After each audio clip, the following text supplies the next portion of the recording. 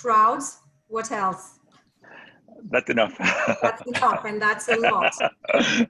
So thank you to both of you to be here. We are together for this conversation on a very important topic that, I mean, it's at the core of every company, every traditional company today, which is how can a traditional company reinvent themselves?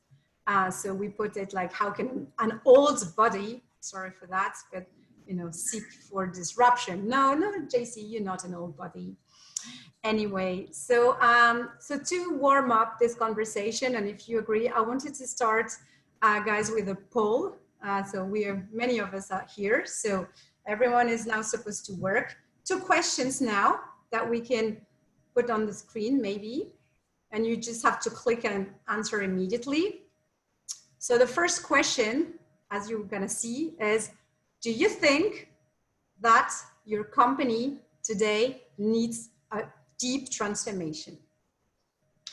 I don't know who's gonna put the question on. Thank you. Do you sense that your companies are in need of a deep transformation of its core business? So yes, no, you don't know. And more important, do you think many in your company will agree? So please, can you answer that once you submit it? Okay, we're ready to see the answers. Ta-da! Ready in a few seconds. Oh my God. The suspense is killing me. Yeah, that's very, very stressful. So hopefully it's still moving, because actually many people are answering. Yes, in majority. Okay, I have the answers here. Maybe you can put it on screen. And second question. Second question is, okay, so I'm sorry. Yes, also. So the answer basically, it looks like many of you here listening to us think that your company needs retooling, and that a majority of you agree. Can you comment on oh yes, here are the results. Well, Karim, do you want to start by commenting this, if you wish? Yeah, absolutely. Look, I think there are, what I would say, this need for deep transformation. I think there are sort of long-term secular trends that people are feeling. This is all about platforms and digital and AI, and so people see that the foundations of how we organize ourselves, how we go to market, how we create value, how we capture value, those are changing. And certainly now with COVID, COVID itself has in many ways accelerated change and brought us to a place where many never imagined would get to, or got to in a super fast way. I'm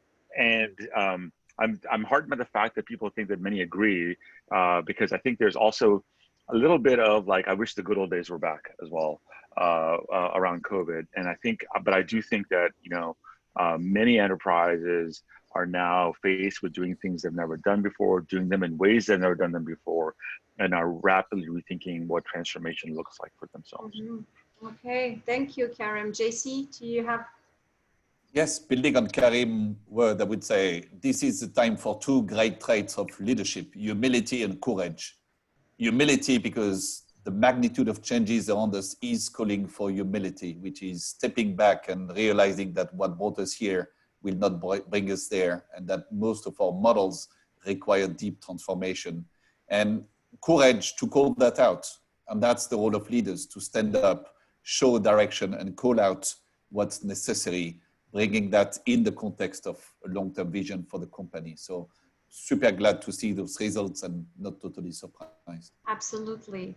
So I have a first question to the both of you, which is, and you mentioned it, Karim, you said that trends are being accelerated by the recent crisis.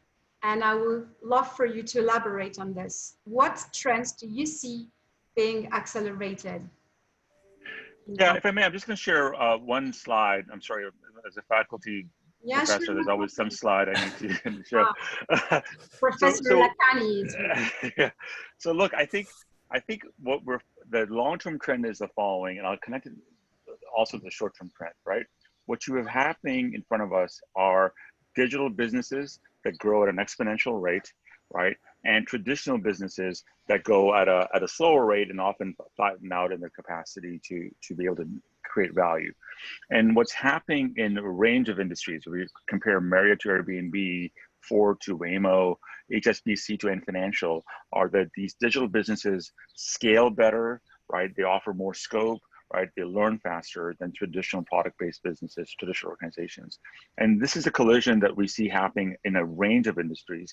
And part of the collision is technology-driven. These guys adopt technology, they put AI analytics at the core of what they do. They automate many things, right? And they deliver tremendous value to customers. And the value grows as more and more users accrete to them as well.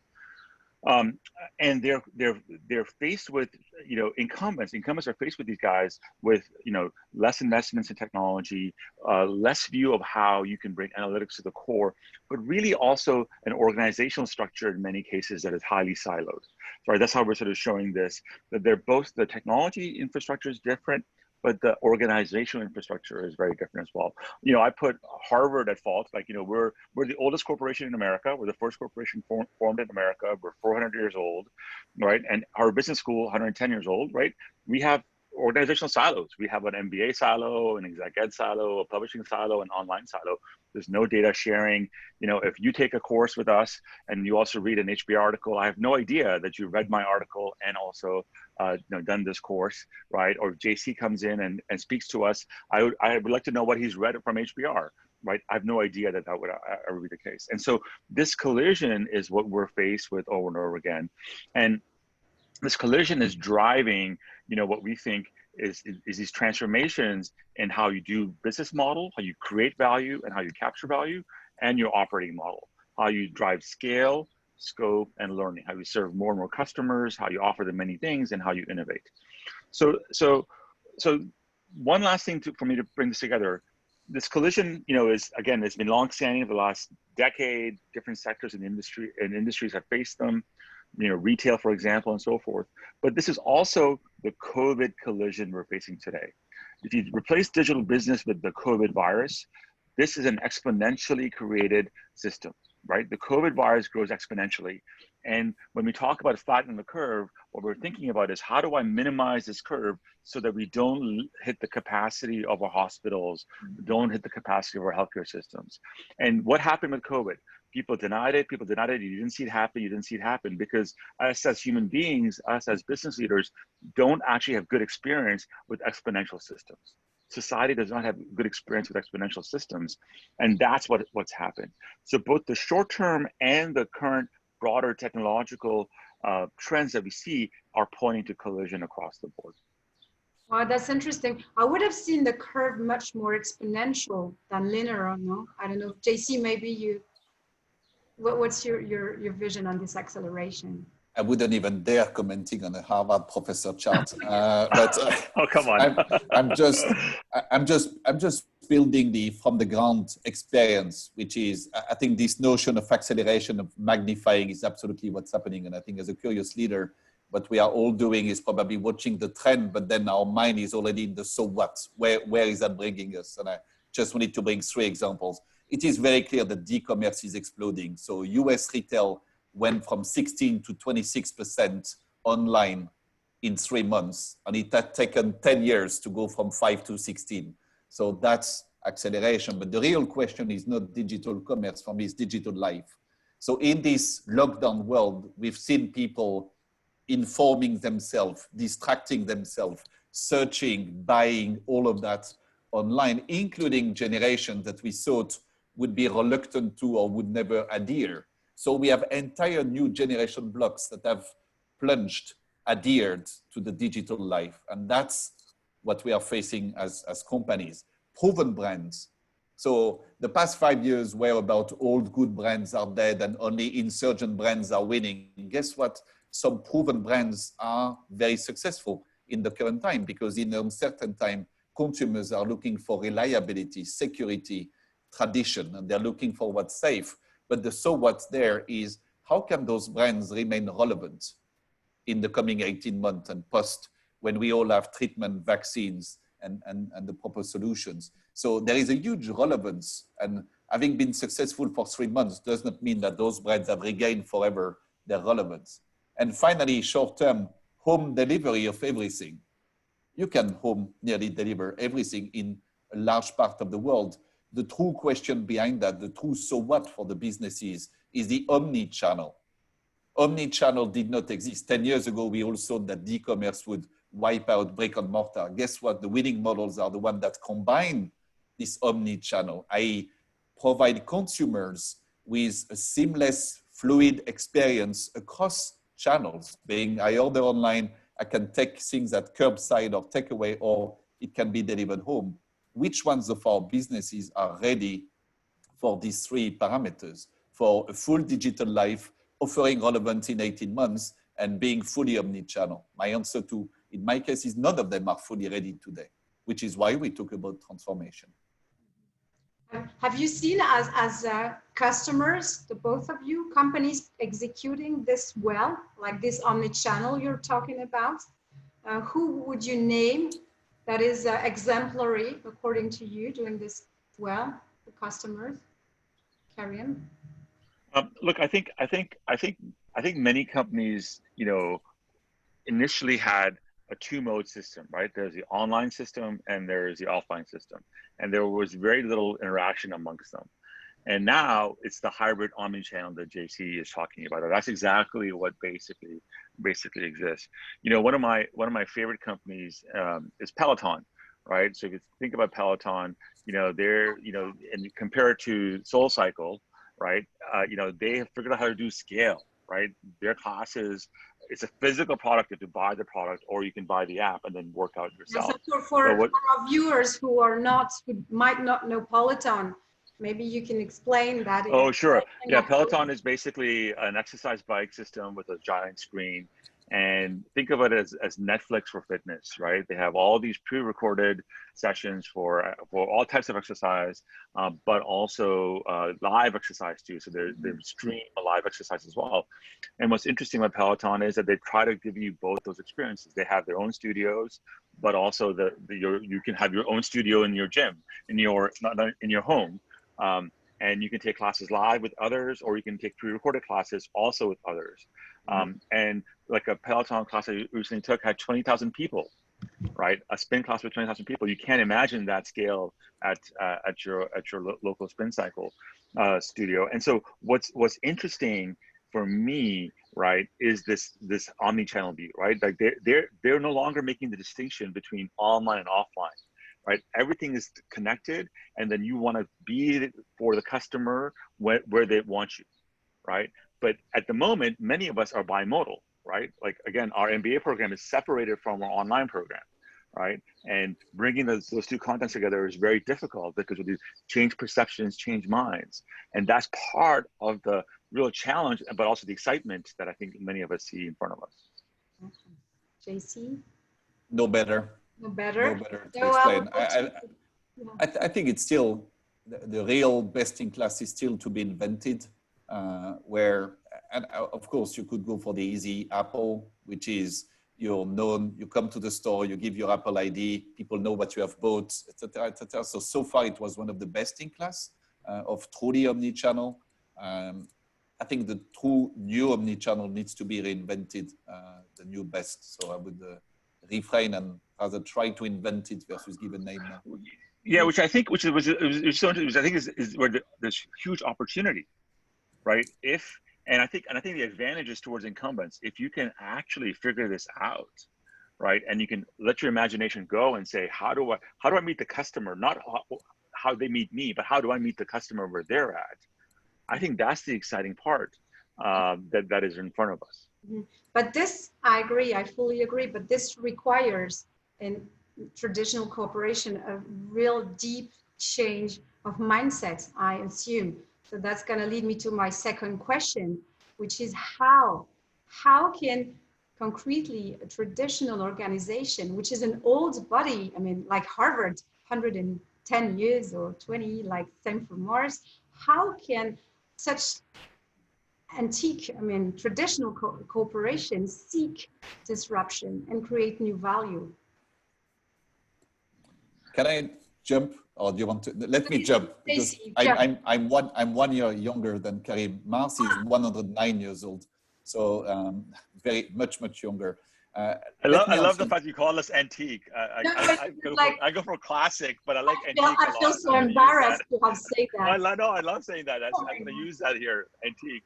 I promise to you, nobody had ever called me antique yet, Karim, as well. I will need to digest this one. So from the antiquity shop, Catherine, let me answer back with a provocation and a paradox. You call us old because we are 110 years old. You could have framed the question differently, and it changes completely the lens, which is, how come that you guys are still alive and relevant 110 years after having been invented? Good point. And the answer then comes very different. We are here because we have reinvented ourselves many times. Because 110 years old means that, of course, we are here in the COVID, but we have survived 2 world wars. We have survived a number of global pandemics, an incredible number of natural disasters, political change, sanitary change, pandemics, all terrible. And we are still here. But let's be clear, this is not by coincidence. This is not by chance. You don't survive 110 years old because you have a lucky product cycle. You're here because you have reinvented yourself. You have disrupted yourself before some of those terrible events have disrupted us. So my mind goes into what's common and what's different today, which could be your next question, reading your eyes. So what's common today is some of the intangible remains true.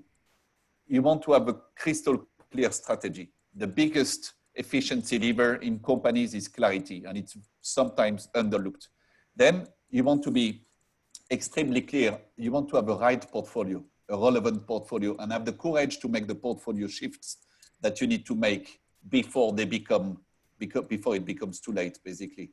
Then you want to nurture your talents, and I'm sure, knowing you will talk about diversity, but I think having diverse talent is an absolute condition of survival for companies. And finally, you want to have the right resource allocation mechanism. This was true 70 years ago. It is still true today, equally top of mind of any leader having a large organization. And then what's probably different is, what does it mean to be entrepreneurial in 2020 when you are 110 years old? And usually this is the clash or the conflict. Entrepreneurial and 110 years old usually does not go very well together. However, transforming, reinventing, disrupting yourself requires that you're entrepreneurial. And here, I'll build on what Karim said earlier, a few observations. First, this is about killing the organigrams. Organigrams do not gather people, they divide them in silos. So what you want to reinstall is small, dedicated, diverse, cross-functional project teams that are moving at the speed of light with one very clear goal. The other thing you want to let on the side is your annual budget, because an annual budget does not give you. What you need is milestone funding. You get enough funds to go to the next step. You look at your deliverable, and then that decides what the step forward should be, only then. And finally, you want a true test and learn culture, not the one big annual launch that you have prepared for 10 months. I'm sorry, but this will less and less be the case.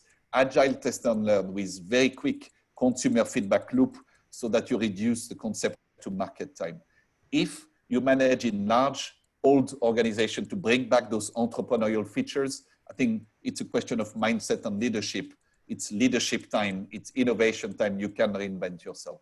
Mm-hmm. Love it. Karim, do you? Yeah, I couldn't agree more. I mean, I think JC has really laid out a recipe for this kind of a change. Again, I think, you know, I always joke with our dean that, you know, we're a slow metabolism creature, right? Like we ingest change slowly, and that allows us to extend for long periods of time as we have. At the same time, we need to have, you know, what we call in management speak, exploit and explore, right? We have a core business. That core business has to deliver, but the senior leadership has to invest in exploration in the far out stuff. And when the timing is right, as it is right now, you bring that exploration into the core, right? And making that happen is exactly what the recipe that JC gave us, right? But I'd go back to what JC said initially. It's about courage and humility, because org change, as we all know, is damn difficult. It's very hard. People don't want to change. Leaders don't want to give up their territory, don't want to give up their budgets, don't want to give up their empires. And so how do we get them to sort of see what's needed and make the change come through?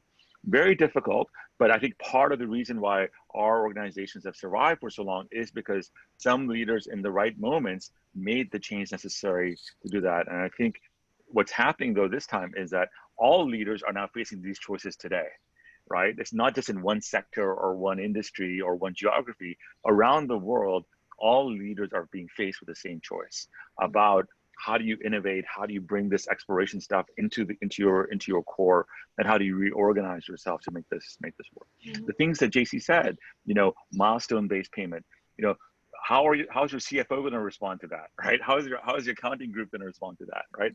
The small fast teams going again. How's your HR group? Is the HR group even set up to train those people to work that way? Are the metrics there? So there's a whole range of details that need to be figured out. But those details the organization can figure out, but the leadership has to mandate that. The leadership has to ask for it and drive that change. Mm-hmm. What you were just saying reminds me of something that was said before at the Win Forum by another great founder, Jill Nelson. She said, to achieve transformation, we need three things. We need to inspire, empower, and incent. And I like this idea of being as a leader very inspirational, like when you're a parent, right? You have to do what you expect from people to do, to kids to do, empower people, and incent, because there must be a motivation for that. But is it easy when you are a listed company? Because I believe Mars is a family-owned business, and I believe it's much easier. You want to answer the listed part first, Karim, and I will explain after why this is. Because I like the idea of exploiting and exploring, but when you are listed and you are on the short term. Look, I think I go back to courage, leadership courage. You look at what Bezos has done with Amazon. He said, I don't care about analysts. Here's what I'm going to do.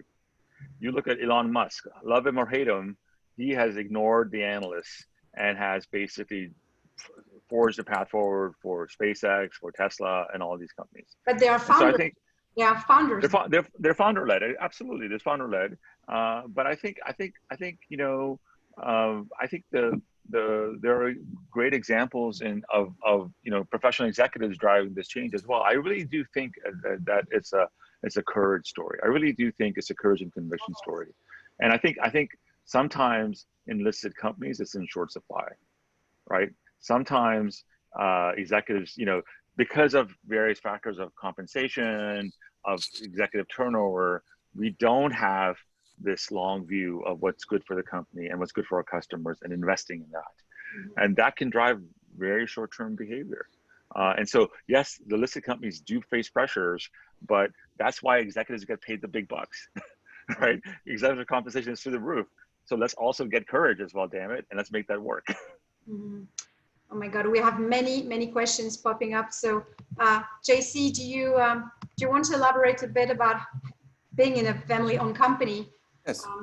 So, of course, first of all, it creates a completely different context, and I feel blessed to work for a family-owned company because basically what happens is versus having analyst conversation, you're having conversation with human beings, and not only are we privately owned, we are family-owned, which means that those crucial choices, courageous conversation happens between human beings that I know that are calling me by my first name because we have known each other for decades. And it does not mean they're easy or they're complacent. They are demanding, but they are done on the basis of a human relationship. And for me, it's quite unique. Having said that, there is no complacence. Privately owned or family owned does not take away the need for performance. And you can have the most inspiring vision. Vision without performance is meaningless because you don't have the resources to deploy it. So I think I would paint, yes, a very different world in terms of ability to make the crucial choices with key stakeholders in human conversations. But I would really break the myth that it's a license to complacence. No, we have to deliver. Performance is key. And yes, we have the luxury to think and make some crucial decisions with a generation lens, which is very important for us at Mars, but it does not take away the absolute need and duty to deliver performance.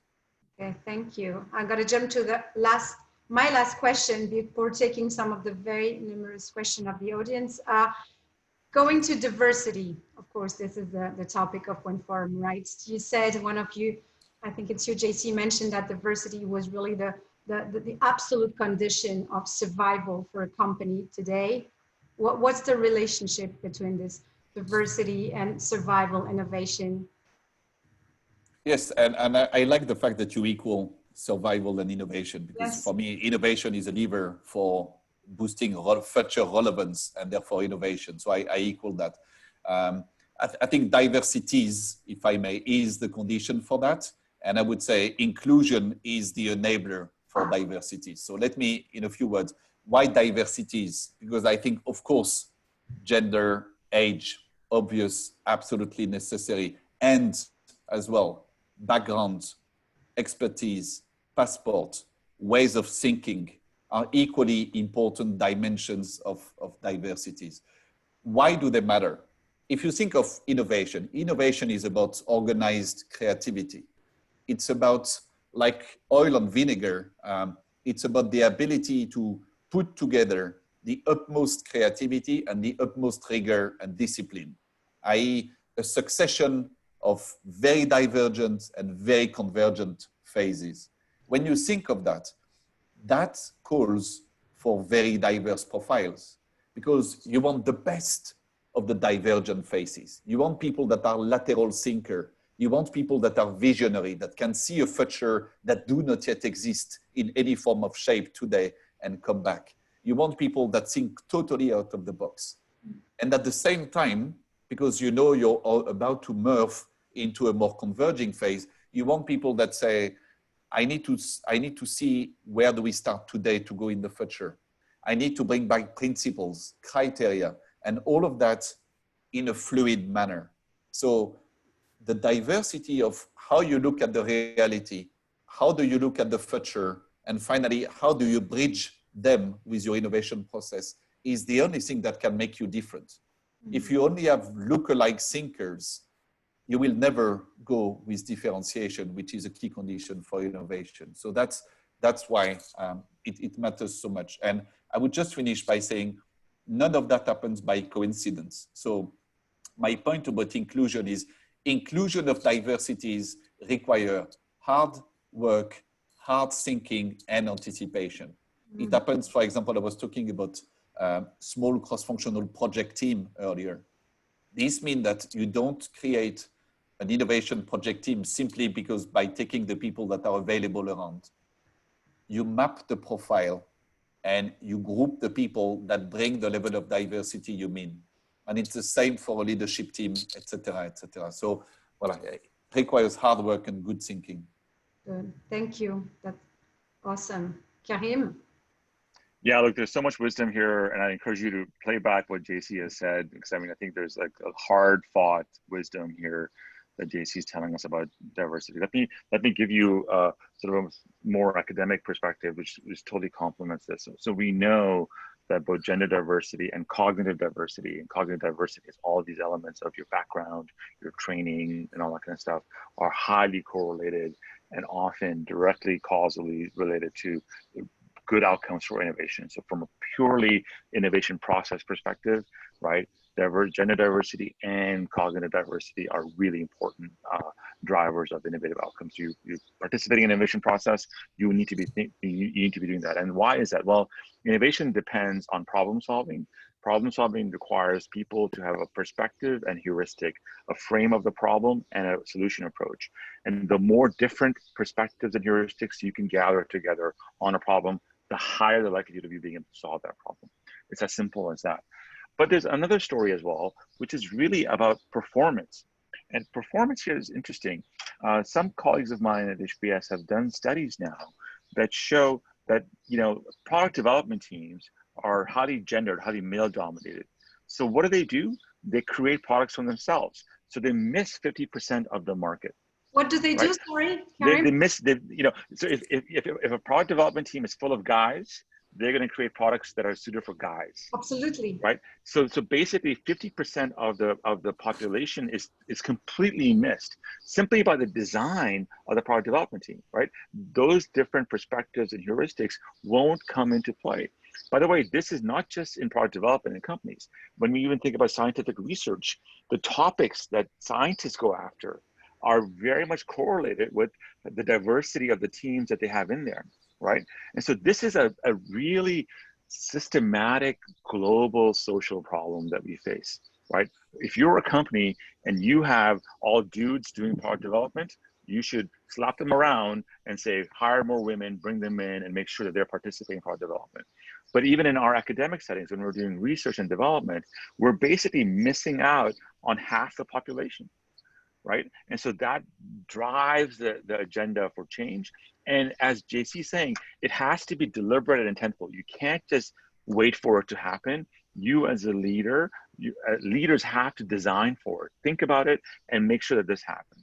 So I think again, JC is a brother from another mother, right? I mean, it just looks like we're totally aligned. We come from very different backgrounds ourselves, but our experiences and our research show this convergence here.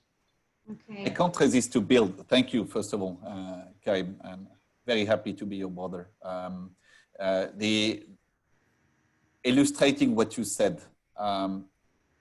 for product research or new product innovation, this is incredibly true for recruitment as well. Some people always wonder for hours, months, or years, why do they end up only with men in senior leadership? And then you look at the recruitment panel, and it's made of men with the same passport. Mm-hmm. So one of the design features we have changed now since a decade at Mars that has had a big impact is we make sure that at least 30 to 50% of our panels have gender diversity and passport diversity. Guess what? The outcome is different. So what's true for innovation, research, starts also at recruitment phase. But Karim said it beautifully. It only happens by design, by will. It does not happen by chance. So if you're serious about diversities, step back from the drawing board and redraw every part of where value is created in your company and make sure that you design upfront diversities there. And you will see the outcome changes very, very strongly. Absolutely. Diversity of thought is also collaborating with other companies, namely startups. And I believe that you do this, JC at Mars. You work a lot and invest even in startup to reinvent your culture and your business mission. Yes, I think clearly we have entered into the era of what we call uncommon collaborations. So we have uncommon collaborations on many fronts. When you put the name Mars and you put something else aside, people are sometimes surprised. In the case of startup, yes, we as an example with Mars Edge, we invested last year in a great company called Foodspring, based in Germany, with reinventing health nutrition, targeted nutrition in Germany, from Germany for Europe and others. And it is a learning experience, and it is a reinvention and a transformation experience to confront ourselves to wonderful, successful young founders that have, in their case, gone from an idea to a success in 6 years across Europe. So that's part of the learning. I think the word I would bring back when we talk about diversity is the one I started with when we were talking about transformation, which is humility. There is no diversity without humility. And it starts by the leadership humility, which says, when you wake up in the morning, when you go to work, either in front of a video or for those that are rejoin any office, it's to say, today I will learn.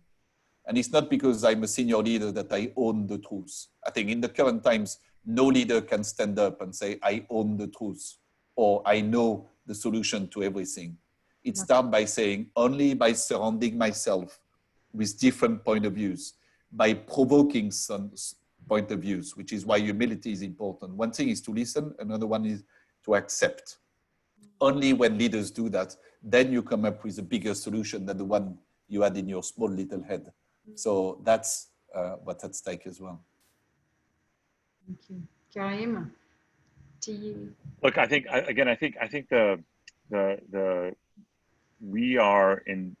there's a real need for leaders to be interventionist here, right? Again, we can't sit back. We can't hope that this happens, that magically the diversity wand will be waved and then all of these things will happen. We really need to actually be able to push ourselves, right, to redesign. And it's a redesign mandate around diversity that is critical. Mm. So I will finish with one question. I really apologize for all the questions that we have that will remain unanswered. But the one I would like to finish with to both of you is, on a personal level, what makes you able to rethink, what makes you able to innovate? What is the discipline that you have, or the thing that you do that you have this mindset of change makers? Karim, you start with the professor. Oh, you know, it's my job to think. I'm privileged to have an intellectual hunting license and to go after things that I'm interested in. And it's really the privilege to be a professor, to be a researcher, to be a scholar, and to be able to have students, to engage with the leading companies in the world for our research. So that's what enables it. Like, it's just this sort of this. I'm always I have this edge for curiosity. I'm curious about many things, and then I want to go figure it out. I developed passions much later in life, but I was always curious, and the curiosity enabled me to go deeper and deeper into many different things. Mm-hmm. Thank you. JC? I think another proof of the intellectual brotherhood, curiosity was my words. I think curiosity is my driver and is my invitation to everyone. Curiosity in watching and trying to make sense of the world around us, even when this is difficult, but always trying to learn something, trying to get something I didn't get yesterday, even if this is step by step.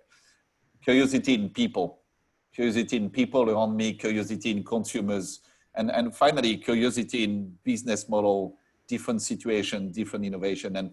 And for me, curiosity and passion go hand in hand. And that's, for me, what's drive innovation. Wow, that's fantastic.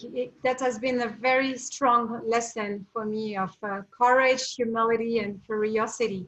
So I really thank the both of you for this moment. It was, we could speak all day long. I'm so frustrated, but the conversation will continue. So thank you from the bottom of my heart for this.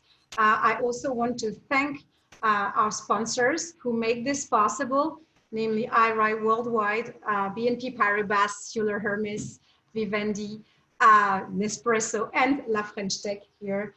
So thank you. Thank you for this conversation, and we'll continue it for sure. Thank you all, and see you tomorrow. Thanks very much. Thank you, Catherine. Thank you, Karim. Bye. Thank you very much. Bye-bye. Thank you. Thanks.